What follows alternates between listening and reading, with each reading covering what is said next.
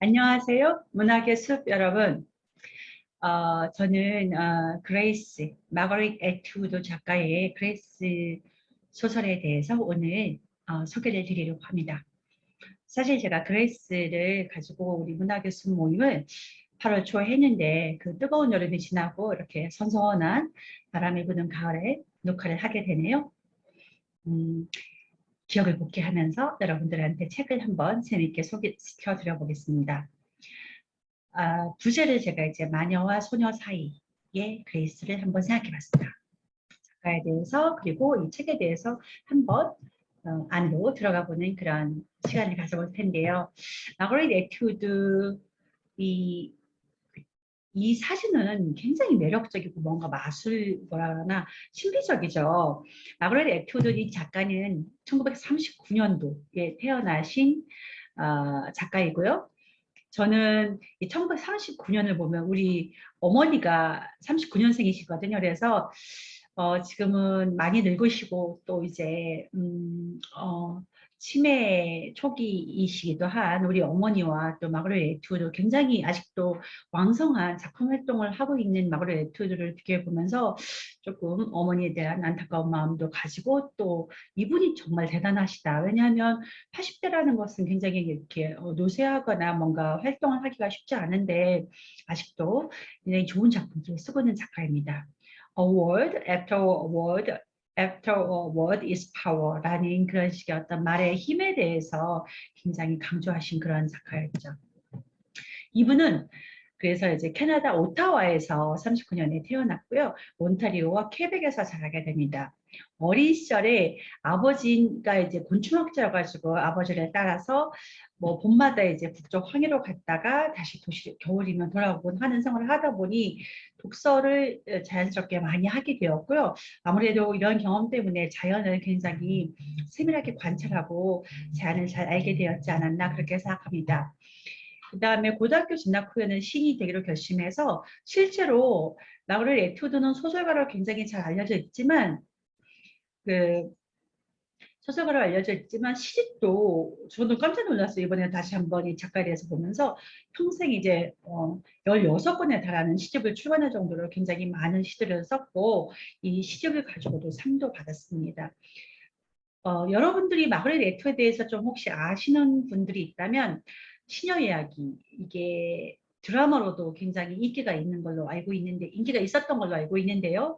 시녀 이야기가 있고 이게 1985년작이죠. 굉장히 오랫동안 베스트셀러였고요. 그리고 저희 문학의 숲에서는 지난 2019년도에 출간됐던 책인데 이제 증언들이라는 책을 함께 읽었습니다. 그래서 읽으면서 저는 증언들이 굉장히 현대 영문학에 정말 뛰어난 작품이다라고 생각하면서 그때부터 마거릿 애트우드의 팬이 됐어요. 이분은 이제 페미니즘 작가라고 흔히 말을 합니다. 그런데 이제 우리가 요즘에 이제 몇 년 전부터 뭐 2018년에 미투가 있었고 그런 이후로 이제 전 세계적으로 페미니즘이 하나의 또 굉장히 중요한 그런 움직임인데요. 그 뭐 페미니즘 작가들이 많습니다만 저는 마거릿 애트우드는 페미니즘의 정체성을 분명히 하면서도 이분이 다루는 어떤 주제와 이런 분야들은 굉장히 폭넓다. 그래서 이제 뭐 외교, 환경, 인권, 과학기술, 현대예술. 그래서 증언들도 이제 그 SF, 뭐 사이언스 픽션, 막 과학적인 건 아니지만 어쨌거나 미래 세계에 대해서 또 이제 문명사적인 그런 이제 성찰까지 하는 그런 작품이 되게 되는데 이런 것처럼 이분은 굉장히 박학다식한 어떤 지적인 그런 토대를 바탕으로 재미있는 작품들을 많이 쓰고 있어요. 그래서 여러 대학에서 이제 영문학을 가르치기도 했고 노벨문학상 후보로 꾸준히 거론되고 있는 그런 분이십니다. 이분은 대중과 평단 모두에게서 환영받는다. 그래서 이분의 특징은 진실을 응시하는 냉철한 눈이다. 라고 하고 참 어떤 그 소설에서 묘사하는 그런 상황들은 굉장히 좀 어떨 때는 무거워요. 무겁거나 뭐 사람을 어떤 이제 폭력이 나온다거나 살인이 나온다 그런다고 해도 또는 상황적으로 굉장히 디스토피아적인 것이 있어도 거기에 대해서 감정 기입을 하지 않습니다. 그렇지만 되게 집요하게 그 적나라하게 그걸 드러내기 때문에 굉장히 소름이 돋죠. 그래서 저는 보면서 어떻게 이렇게 쓸 수 있나 그런 생각을 했습니다. 책 표지들을 좀 모아봤어요. 그중에서 그 증언들 오른쪽 위쪽에 있는 게 그 The Testament 이게 증언들이죠. 그 제가 이제 신약 이야기가 굉장히 많이 대중적으로 알려져 있고 증언들 말씀드렸는데 그 외의 작품들을 쭉 보시면 되는데요. 특히 이제 증언들 같은 경우에는 신약 이야기를 쓰고 나서 그에 대한 소편격인데 보통 소편하면은 그보다 원작보다는 좀 덜하기 마련인데 그보다 오히려 더 압도적으로 더 많은 어떤 넓은 세계를 담고 있다고 생각이 듭니다. 그리고 제가 지금 소개시키는 그레이스는 96년 작품이고요. 페미니즘에 대해서 이 책에 대해서 여러분들과 같이 모여서 공부할 때는 8월 초였는데 지금 이제 9월 중순이죠. 근데 이제 엊그젠가요? 우리 한국 사회를 충격에 빠뜨린 되게 끔찍한 어떤 스토킹, 남성의 그 스토킹 범죄가 경악하고 저는 조카가 있는데 조카가 자기네 친구들이랑 이 얘기들을 굉장히 많이 하고 있다고 하는데 뭐 저는 뉴스를 잘 안 보는데 구체적으로 상상하고 싶지 않은 만큼 아니 그 같이 일하는 동료 그런 사람을 스토킹 해가지고 자기의 어떤 그 행동을 받아들여주지 않는다고 그 살인까지 하는 그 끔찍함에 대해서 그렇지만 그 사람의 행동에 대해서 문제는 사회가 같이 어느 정도 공범의 역할을 했다라는 것이 더 무서운 일인 것 같습니다. 아직도 우리 사회는 안전하지가 않죠. 그 마그렛 애투드가 이제 페미니즘에 대해서 한 말이 굉장히 우리가 공감할 만하는데요. 이렇게 보십시오. Men are afraid that women will laugh at them. Women are afraid that men will kill them. 남자들은 여자가 자기들을 비웃을 거라고 두려워하는데 여자들은 남자들이 자기 죽일 거라고 두려워한다. 이거 지금 뭐 신당역 그 스토킹 살인 사건이 바로 그 지금의 현실이지 않습니까? 저희가 목도하는 현실이기 때문에 이 말이 마그렛 애투드의 말이 절대 가볍지 않게 우리를 마음 아프게 하는 것 같습니다. 그 여자들은 뭐 아무리 이제 젠더 평등 이런 얘기가 하고 세상이 좋아진다고도 하지만 아무래도 좀 더 대성공하고 어떤 그런 어떤 기대치 되는 고통의 이제 그런 것에서 벗어나면은 뭔가 이제 아웃사이더라든지 괴물 여기 이제 조지 엘리엇의 작품에서는 괴물이라는 표현을 쓰고 있는데요. 그렇습니다. 책으로 들어가 보겠습니다. 제가 너무 길지 않게 소개를 드려볼게요. 이 96년도에 출간된 이 애투드의 이제 9번째 장편 소설이고요. 부커상 최종 후보에도 이제 선정이 되었습니다. 그리고 이 재밌는 것은 19세기 캐나다를 배경으로 하는데요. 당시 있었던 사건을 가지고 이 작가께서 이 사건에 대해서 여러 가지 문헌을 조사하고 사건에 대해서 쓴 책을 읽고 뭐 하여튼 굉장히 많은 조사를 통해 가지고 이 사건을 재구성해서 소설로 만듭니다. 그리고 이 소설은 그 2017년에 이제 TV 미니스로도 제작된 바가 있고 저도 좀 봤어요. 책의 내용을 거의 고스란히 따라가고 있는 것 같더라고요. 그래서 배경을 좀 더 말씀드리면 작가가 이제 캐나다 출신이라고 말씀드렸잖아요. 그래서 19세기의 캐나다 온타리오주를 배경으로 하고 있고요. 특히 이 소설의 사건이 이제 원래 사건은 이제 그 수제넘 무디의 개척지 생활에 대해서 이 사건이 아주 상세하게 나와 있었어요. 그래서 이 작가는 실제 사건을 소재로 하되 그 사실을 차용하면서도 뭔가 우리가 어떤 이미 종료되고 이미 당사자들은 다 죽은 것에 대해서 100% 진실을 알 수가 없어요. 그랬을 때 그 빈틈이 있겠죠. 뭐가 팩트인지 정확히 알 수 없는 부분도 있을 때 여기에서 바로 작가적 상상력을 발휘하게 되는데요. 뭐 굉장히 기현성이 높다라고 보여집니다. 그런 것이 좋은 작품이겠죠. 그래서 실제 사건은 뭐였냐면 19세기인데요. 1843년 캐나다에서 굉장히 당시 사회를 뒤흔들었던 충격적인 살인 사건이 있어요. 그래서 그 살인 사건에 이제 같이 연루가 된 그레이스 마크스라는 소녀의 심리를 파헤쳐서 소설화한 작품입니다.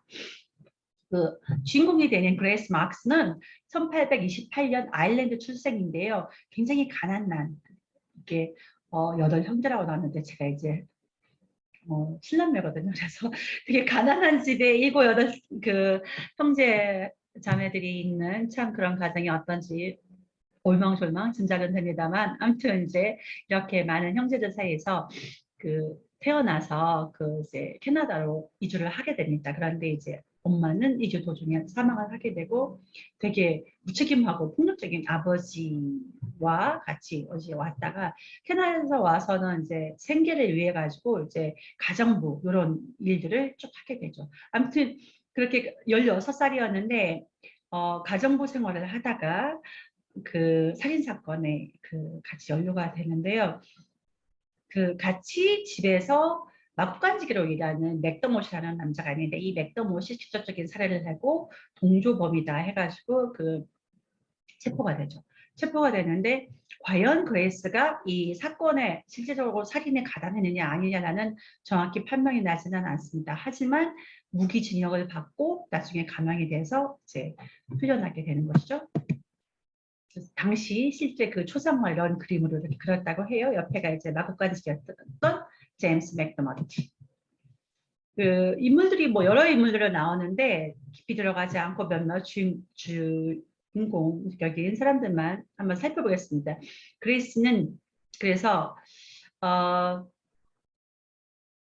그레이스라는 이름이 그 뭔가 종교적인 어메이징 그레이스 거기에서 뭔가 이제 나오지 않았을까라고 본인도 생각하고 싶을 만큼 약간 그런 종교적 느낌도 있는데요. 그레이스라는 게 이제 우아한 은혜 뭐 이런 거잖아요. 그래서 그 한번 이 주인공이 어떤 성격과 성품과 이런 거를 한번 대비해서 생각해 보면 좋겠습니다. 사이먼 조던이 이제 이 이야기를 끌어가는 사람이에요. 이제 그레이스한테 이야기를 하게 하는 사람이죠. 그래서 사이먼 조던이 원래 젊은 의사인데 자기는 이렇게 정신병에 되게 관심이 많고 정신병을 수립하고 싶어요. 그래서 그레이스라는 이 범죄자를 통해 가지고 뭔가 저기 해보고 싶어하는 자기가 이제 목표를 달성하고 싶은 게 있는데, 그런데 이제 또 가난한 집안 출신이지만 이제 그 의사가 되다 보니 뭔가 출세에 대한 그런 욕망은 또 굉장히 많이 있는 그런 사람입니다. 어쨌거나 사이먼 조단이 이제 그레이스에 대해서 이야기를 한번 듣고 이야기를 계속적으로 뭔가 풀어나가서 진실을 찾아가는 궤적을 하기 때문에 그레이스의 이야기가 펼쳐질 수가 있었습니다. 제이미 월스라는 그 어린 소년이 나오는데 그레이스를 좋아하는 소년이 나와요. 나중에 이렇게 데이지 그 선물을 하게 되는데 이게 나중에 뒤에 어떤 진행되는 것에 복선이 되어지고 있습니다. 그래서 책에 대해서 좀 얘기를 해볼게요. 그레이스는 16살의 소녀였어요. 16살의 가난한 집안 출신의 소녀였는데 그레이스가 이제 살인 사건이 연루가 됐을 때 과연 그 제임스 맥더머프라는 사람은 직접적인 살인자니까 바로 이제 교수형을 당했지만, 그레이스에 대해서는 과연 이제 누가 그거를 직접적으로 본 사람이 없기 때문에 법적인 어떤 공방들이 있죠. 그랬을 때 사람들이 굉장히 당시에 실제적으로 사건이 벌어졌을 때 관심을 가졌던 것은 그레이스가 굉장히 어린 나이에 예쁜 소녀라는 거죠. 그랬을 때 얼마나 관심 가겠어요. 이쁜 소녀가 이제 그 사건의 현장에 남았기 때문에. 그래서 그랬을 때 사람들이 이 그레이스에 대해서 굉장히 양가적인 서로 다른 층의 말들에 대해서 말을 하는 거죠. 그랬을 때 본인의 본질은 뭔가 이렇게 해서 스스로 한번 말을 하는 게 나옵니다. 그래서 많은 경우에 어떤 여성에 대해서 사람들이 많이 하는 그런 현실이 아닐까라는 생각을 해봅니다. 이 책은 아까 제가 이제 마가렛 애트우드가 워낙에 어릴 때부터 자연환경에 굉장히 이제 접해서 살았다고 했잖아요. 그러다 보니까 자연에 대한 애정도 굉장히 느껴지고 또 이 책에서 자연 묘사가 굉장히 아름답다고 느껴지는데요. 그렇죠. 하나의 정말로 그 시각적으로 잘 드러나는 것 같아요. 그 계절에 대해서도 제가 이제 여름과 가을에 이런 거 변화도 아까 말씀드렸는데 중간에 보면은 어디를 읽어볼까요? 소나기가 쏟아지고 파란색이 싸늘한 호수 위로 저 멀리 한기가 도는 하얀 구름이 보이는 것이 아직도 쌀쌀한 봄인가 싶더니 갑자기 수선화가 시들고 활짝 핀 튤립이 하품이라도 하는 것처럼 밖으로 몸을 뒤집더니 꽃잎을 떨어뜨렸다. 뒷마당과 시궁창의 구정물에서 김이 솟고 걸어다니는 사람이 머리마다 모깃대가 모여든다. 한낮이 되면 대기는 뜨겁게 달구어진 프라이팬처럼 얼음거리고 호수는 번쩍이고 호숫가에서 죽은 물고기와 개구리 알 냄새가 풀을 지른다. 이런 식으로 뭔가 이제 생생하게 그 자연의 변화하는 것, 꽃과 곤충과 이런 부분들에 대해서 잘 묘사를 하는 거 보면은 그 굉장히 관찰을 대단히 잘하는 것 같습니다. 또한 거기다가 마음이 빗대서 잘물에 그 이제 마음을 빗대서 표현하는 것들을 많이 볼 수 있어요.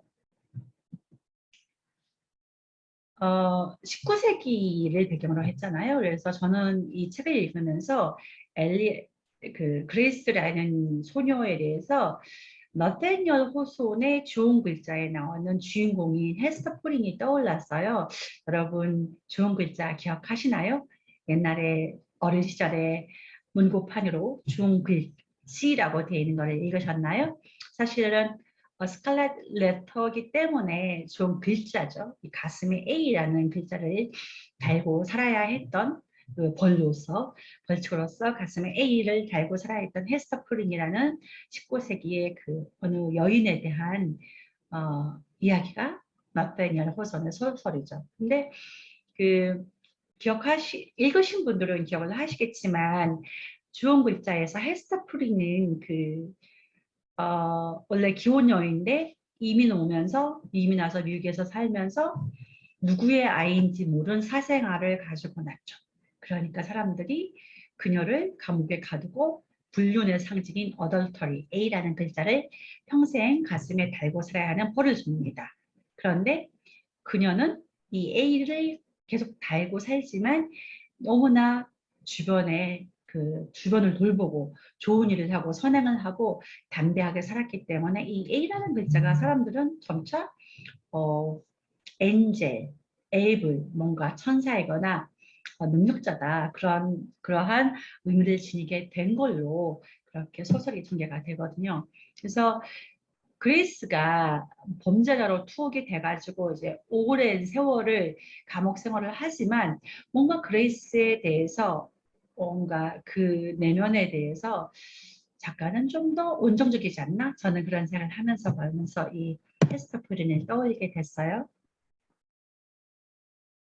이렇게 되고요. 제가 이제 아까 마녀와 소녀 사이라고 이제 구절을 지었다고 했는데요. 사람들은 그들의 어찌 보면은 그때그때 상황에 따라서 혹은 편의에 따라서 혹은 어떨 때는 이제 마녀의 존재 혹은 순수한 소녀의 존재가 필요할 때는 그런 대상을 만들지 않을까라고 생각을 해보기도 합니다. 항상 그런 건 아닌데 종종 그렇게 희생양이 되는 사람도 있는 것 같아요. 사이먼 조던이 결혼에 대한 얘기는 이런 거는 그닥 중요한 거 아닌가 그냥 넘어갈게요. 종교에 대한 것은 뭐 당시 19세기 캐나다 사회나 뭐 이제 미국 아까 이제 좋은 글자에는 미국이었지만 종교라는 것이 굉장히 여러분들이 잘 아시겠처럼 일상에서 굉장히 중요하죠. 굉장히 중요한 게 종교인데요. 그래서 여기서도 책에서도 계속 그리스의 어떤 그 범죄에 대해서 어떤 종교적인 그런 역할 또는 그리스도 생각을 할 때 종교에 대해서 계속적으로 하나님에 대해서 생각을 하고 그런 것들을 합니다. 저는 인상적으로 본 게 잠과 꿈에 대한 건데요. 그리스가 뒤에서 조금 얼핏 설명드리겠는데 이제 정신적인 질환이 있는 것일까 혹은 정신적인 문제가 있는 것일까라는 것에 대해서 애매하게 걸쳐지는데요. 그런 것처럼 우리가 왜 정신 분석을 하거나 하고 뭐 정신 상담을 하면 주로 이제 꿈을 많이 분석하잖아요. 근데 그리스가 뭔가 이야기를 계속 전달하는데 꿈과 현실 사이의 경계가 좀 모호해서 이게 일부러 장치기도 하고 일부러 이제 독자들한테 좀 뭐 이제 판단을 하게 하는 그런 장치가 싶기도 하고요. 그리고 그리스는 중요한 순간에 잠이 들어버리기도 해요. 그래서 결정적인 순간에 자기는 잠이 들었을 거다라고 말을 하는 거죠. 그래서 모호하죠. 잠을 자면은 알 수가 없잖아요. 그리고 상징으로서 빨간 작약이 계속 나오는데 작약이라는 꽃이 흰색 작약 혹은 빨간 작약이 갖는 상징에 대해서 한번 생각을 해보면 좋겠습니다. 마지막까지도 나오거든요. 그래서 막 꽃말을 여러 가지가 또 다른 게 있나? 무슨 게 있나 막 생각했는데 잘 모르겠어요. 그래서 왜 빨간 작약으로 끝날까? 라는 생각을 하고요. 그리스가 비록 살인에 대한 혐의로 이제 평생을 감옥에서 지내긴 했으나 그렇긴 했으나 그녀는 어쨌거나 이제 다른 여성들 그녀가 가해를 했다고 여겨지는 그 이제 낸시 몽고메리 또는 이제 그녀한테 굉장히 도움을 줬던 이제 메리 휘트니 그 두 여성에 대해서 자기 자신의 일부라고 생각해서 나중에 이제 감옥에서 나온 다음에 뭔가 이제 하나의 이불을 만들 때 술을 놓으면서 그 셋에 대한 표현을 합니다. 하나의 하나가 될 수 있다는 표현을 하죠. 이 마그렛 애투드가 너무 대단한 게 뭐냐 하면은 책을 쓸 때 뭐 다른 많은 작가들도 그렇게 하시겠지만 조사를 어마어마하게 많이 하시는 것 같아요. 제가 증언도 굉장히 간단했다 그랬잖아요. 그때도 그 세계를 그리기 위해서 이를테면 2차 세계대전 때 실제 참전했던 사람, 그런 사람들의 그런 이제 뭐 레지스탕스 하면은 그 사람을 직접적으로 뭐 다 찾아보고 그렇게 하는 것처럼 여기서는 그래서 그러면은 정신적인 문제가 있나 없나 이런 부분에 대한 것도 좀 이제 하나의 퀘션이 되는데 당시 19세기 그 캐나다 사회에서의 정신병리학은 어떤 식으로 했고 또 정신병원은 또 어땠는지 그런 것들에 대해서 여기 소설에서 굉장히 아주 사실에 부합하게 잘 담고 있어요. 그렇다면 아마 책이 굉장히 두껍습니다. 책을 다 읽은 독자들은 궁금하겠죠. 그럼 그레이스는 실제 사진을 저질렀을까? 그거에 대해서 작가는 말을 해주지 않습니다. 그래서 2020년에 토론토 국제영화제 에투드가 참여해서 그 영화제에 가서도 그렇게 말을 했대요. 그녀는 아무 말도 하지 않았다. 그래서 정말 사진을 저질렀는지 누구도 확신할 수 없다라고 해서 이렇게 독자들의 판단에 맡겨놓고 있습니다.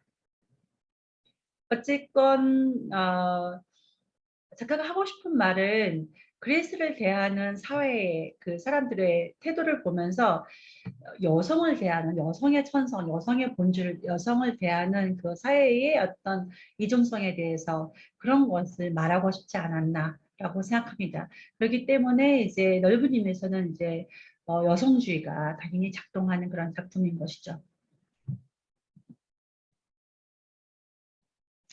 제가 원래 뭐 마그렛 애트우드를 좋아하기도 하지만 이 책을 요번에 읽게 된 게 그 클래식 라디오에서 김미숙의 가정음악에서 언제부턴가 이제 좋은 구절들을 읽어주거든요. 저는 그래서 읽어주고 있는데 거기에서 이 책의 구절을 읽어주는 거예요. 그래서 빨래를 이렇게 그 큰 빨래들을 해가지고 빨래줄에 널었을 때 그 모습에 대한 묘사를 읽어줬는데 이 문장이 너무 좋은 거예요. 그래서 이 책 읽어봐야 되는데 여기서 이거 그래서 제가 이 책을 읽게 된 계기이기 때문에 한번 볼게요. 저는 잠깐 서서 제 솜씨를 보며 감탄했어요. 깨끗한 빨래가 경기장의 커다란 삼각기나 배도처럼 바람에 날리는 걸 보고 있으면 기분이 아주 좋거든요. 그리고 그 소리를 멀리서 들으면 천사들이 박수를 치는 것 같아요. 사람들도 말하기에 깨끗한 게 독실한 것 다음이라고 하잖아요. 저는 가끔 비가 내린 뒤 하늘에서 새하얀 구름이 피어오르는 게 보이면 천사들이 빨래를 넣은 것 같다고 생각했어요. 왜냐하면 천국에서는 모든 게 너무나 깨끗하고 산뜻해하니까 누군가 빨래를 해야 할 게 아니겠어요. 이런 식의 문장이 있는데요. 이렇게 구름을 보면서 구름이 피어오른 모습을 보면서 천사들이 빨래를 널었구나 이런 상상력이 너무 돋보입니다. 이 문장은 여러분들이 한번 나중에 읽어보세요. 그래서 뭔가 이렇게 아름다운 자연을 봤을 때 거기에 깃든 어떤 멜랑콜리한 정서를 아주 잘 담고 있는 그런 것 같아요. 밀크위드 꽃들이 많이 나와가지고 제가 밀크위드 그림을 한번 찾아봤습니다. 그렇게 하고요. 어,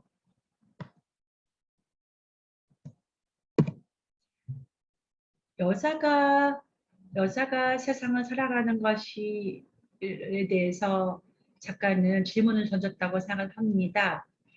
어, 뭐 초반에 제가 말씀드린 것처럼 여전히 우리 사회에서도 여자가 세상을 살아가는 것은 녹록지 않다.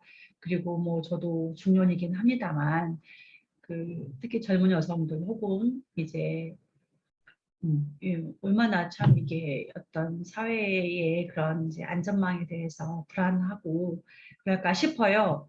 그래서 다시 이 책이 쓰여진 지는 꽤 됐는데도 불구하고 이것이 현재성으로 우리한테 어떤 질문을 던지고 있는 거라고 생각이 듭니다. 세라자데 알잖아요. 천일야화 여기에서 그러면 세라자데는 이야기를 매일 밤마다 얘기를 하면서 목숨을 하루하루 연장을 하게 되는데 그 작가는 제가 이제 그레이스에게 온정적이다라고 생각을 하는 게 일단 그레이스한테 전적으로 말을 할 수 있는 권한을 줬어요. 그레이스는 자기가 하고 싶은 말만 하면 돼요. 이게 굉장히 대단한 권한이죠. 그래서 누가 뭐 자기가 취사 선택하거나 프리즘 뭔가 이제 골라서 이야기를 하거든요. 그래서 여자한테 게다가 이렇게 뭔가 어떤 이제 사회계층적으로 혹은 뭐 여러 층위에서 약자인 그 여성에게 목소리를 준다는 것은 굉장히 중요한 의미가 있다고 생각을 합니다. 다 했고요. 그래서 어, 제가 이거를 우리 문화교수 분들하고 얘기할 때는 1843년에 캐나다랑 우리 사회를 비교해보자고 하는데 지금 뭐 비교해보거나 말거나 지금의 현실도 녹록지 않다라는 그런 생각을 해봅니다. 그래서 그렇고요. 그래 제가 너무 또 이제 가을밤인데 무거운 얘기만 한 것도 같은데요. 이 책은 재밌습니다. 책이 재밌으니까 한번 이 책을 읽어보시고요. 또는 그리고 또 마르 에투도의 다른 책들도 한번 찾아서 읽어보시면 좋지 않을까라고 생각합니다. 자, 그러면은 이렇게 해서 제가 캐나다 작가인 마거렛 에투도의 그레이스 책 소개를 마치겠습니다. 들어주셔서 감사합니다.